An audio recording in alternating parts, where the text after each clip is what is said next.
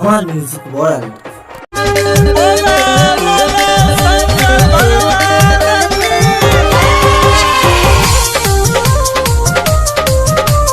ललचा recording studio Gopalganj.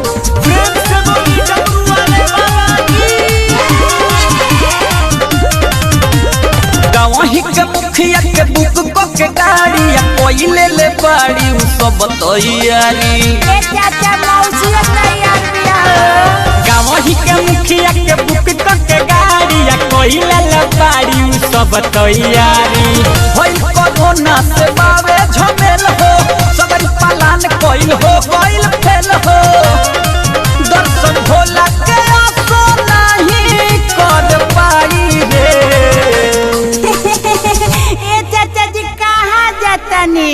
अरे देवघर जाता नहीं हम चले का करे जाल धारे। बुढ़बा देवघर में बड़ी महामारी बा ताला लोग बा तो हम चाबिया ले लिए से खुल जाई। भतीजा तोर महियो न जाई रे तोर मौसियो न जाई रे भतीजा तोर माइयो न जाई रे तोर मौसियो न जाई रे।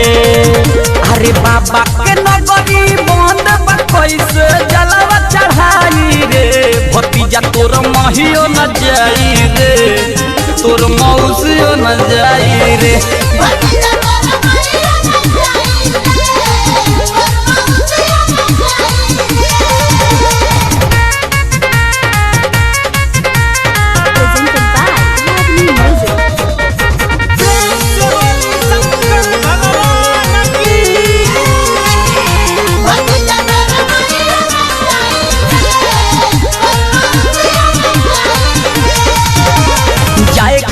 कहिए से रहे बेचैन हो लाग गोई तले देव घरवे में बैन हो।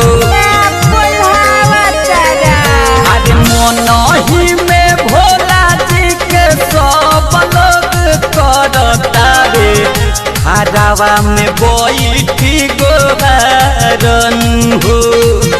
अरे दूर होई जल्दी से सब महामारी हो दी है मुसीबत बाबा तारन हो भले कहीं जाके पूजा कर आई रे।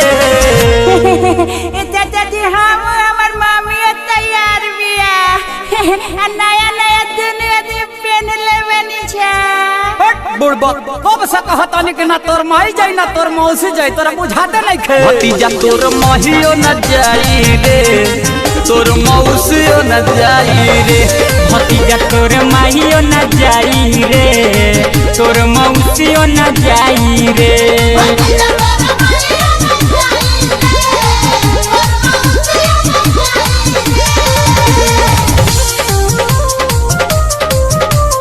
ललचा रिकॉर्डिंग स्टूडियो गोपालगंज।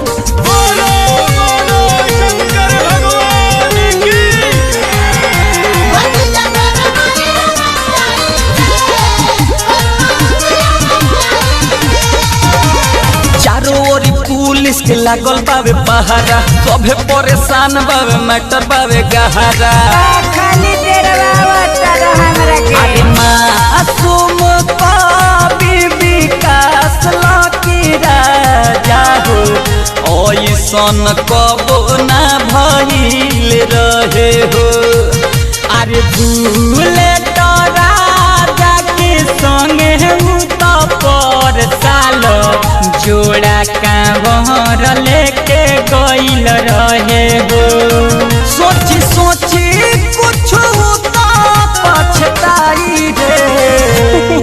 एक दिन जल जाता हम लोग के लिए चला हम लोग जाए के मन कलता लाकी चाचा के बुले चाचा के दिन जनक मिला नया नया पिले वाले हम चले। अरे हट न हट काहे परेशान कइले बा भतीजा तोर माहियो न जाई रे तोर मौसी न जाई रे भतीजा तोर माहियो न जाई रे तोर मौसियो न जाई रे।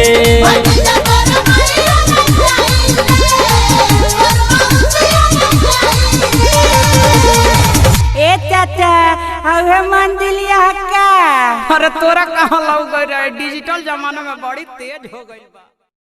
धमाल म्यूजिक वर्ल्ड।